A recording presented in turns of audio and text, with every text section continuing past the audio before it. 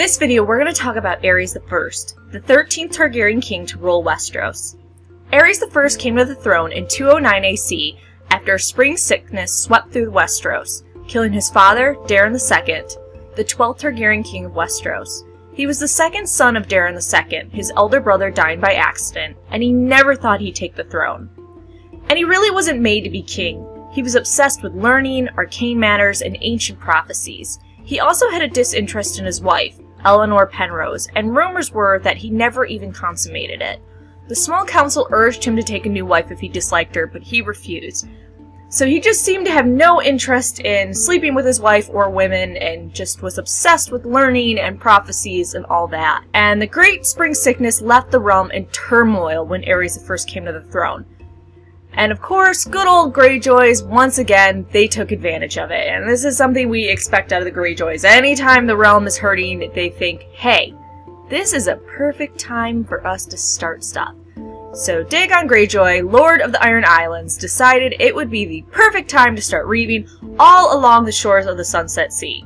At the same time, Bittersteel, who was, if you know, responsible, one of the great bastards of Aegon IV, we've talked about in the last video. He really helped with the Blackfyre Rebellion. He was plotting Daemon Blackfyre's surviving sons' comeuppance, and how they were going to come back and take the Iron Throne. And if the reaving of the Greyjoys and the spring sickness that came through and just decimated the realm, and Bittersteel plotting against him wasn't enough, summer came and a terrible drought came with it that lasted more than 2 years.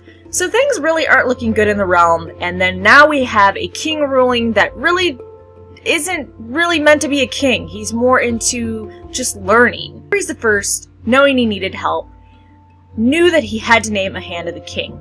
Maekar, his youngest brother, expected to be named the Hand. However, Aerys I turned to Brynden Rivers, nicknamed Bloodraven, a man that had killed the rebel Daemon Blackfyre and his sons with his men the Raven's Teeth.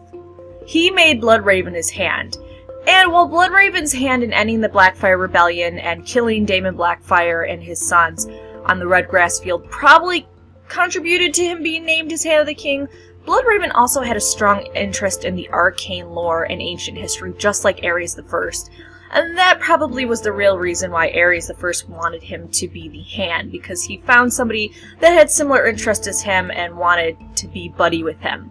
Maekar, Aerys I's youngest brother, was furious and headed to Summerhall, where he ended up sulking for years. Despite Maekar's anger, Bloodraven was actually a great Hand. He was also a master of whisperers, and it was said that he had 1,000 eyes in one. He had spies everywhere, and you never knew if your neighbor was one of those spies. This started to cause distrust among friends, families, and acquaintances all over, since no one ever knew what would be reported back to Bloodraven. And these spies were really put to good use. The spring sickness and the terrible drought began to cause a discontent in the realm. People began to blame the king, or his hand, Bloodraven. It went so far as knights, lords, and poor brothers calling for a rebellion. They claimed the misfortunes on the realm were due to the wrong king being on the throne, that the wrong side had won the first Blackfyre Rebellion. The Black Dragon must come back from Essos, which would be the Blackfyres. And Essos, that very plan was being hatched. Lord Gorman Peake had lost 2 of his 3 castles his family had had for centuries, for his part in the Blackfyre Rebellion. He was obviously very upset about that, and when the realm was at unease from the great spring sickness and drought, he convinced Daemon Blackfyre's eldest surviving son, Daemon the Younger, to try for the throne again. This conspiracy will be talked about more in depth in my video Dunk and Egg Part 3, but here's the general gist. In 2011 AC, there was a wedding tourney at Whitehall's, ruled by Lord Butterwell.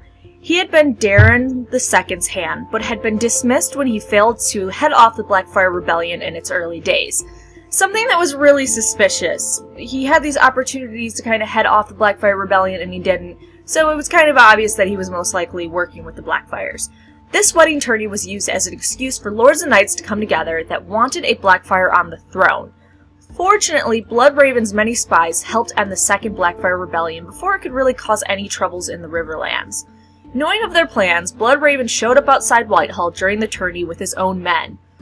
Lord Gorman Peake and many conspirators were executed, while Lord Butterwell had lands and seats taken from him. Daemon the Younger was kept in the Red Keep as a hostage for many years.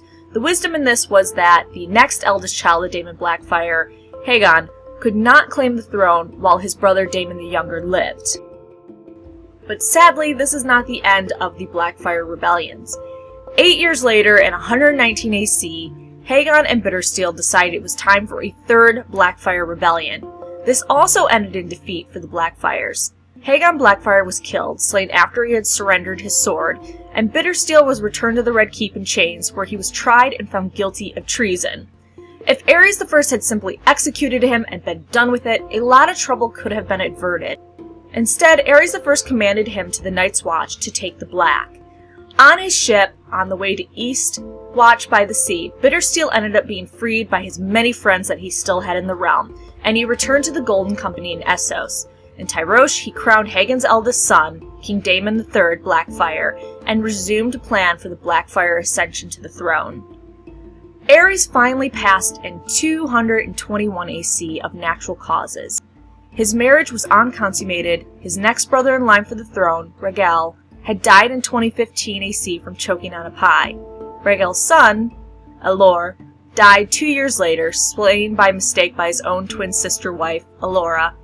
The only one left to take the throne was his youngest brother, Maekar, who would become known as Maekar I. So that's our history on Aerys I. Next week we're going to talk about Maekar I. We're also going to be releasing Duncan Egg Part 2 on Wednesday. I had been talking a while about making a video on Sunday and Wednesday, and so I thought that instead of releasing 2 Game of Thrones videos on Sunday that I should start doing that. So on Sunday it's going to be the history videos, and then Wednesday it's going to be Duncan Egg, and then when those are done we're probably going to go to theories and other crazy random Game of Thrones videos. So make sure you like and subscribe and come back next Sunday and Wednesday for more Game of Thrones videos.